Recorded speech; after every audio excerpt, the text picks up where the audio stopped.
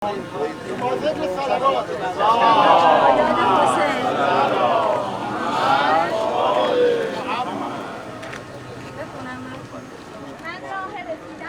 را بلدم، آن خاک همیشه کیمیا را بلدم. در منطقه جنوب شرق ایران من آدرس فرشته ها را بلدم.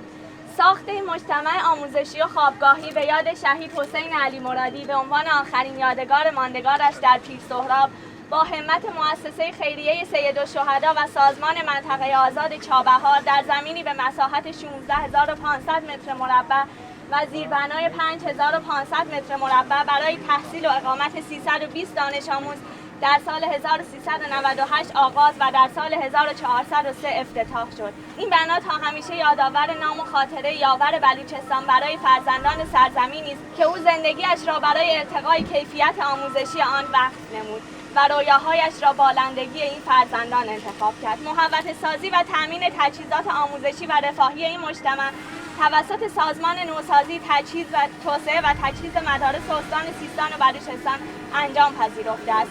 ایده و طرح اولیه مجتمع توسط شهید حسین علی مرادی با همراهی آقای عبدالرحیم کردی مدیرعامل وقت سازمان منطقه آزاد چابهار از طریق مهندسین مشاور تبدیل به این بنای ماندگار شده است.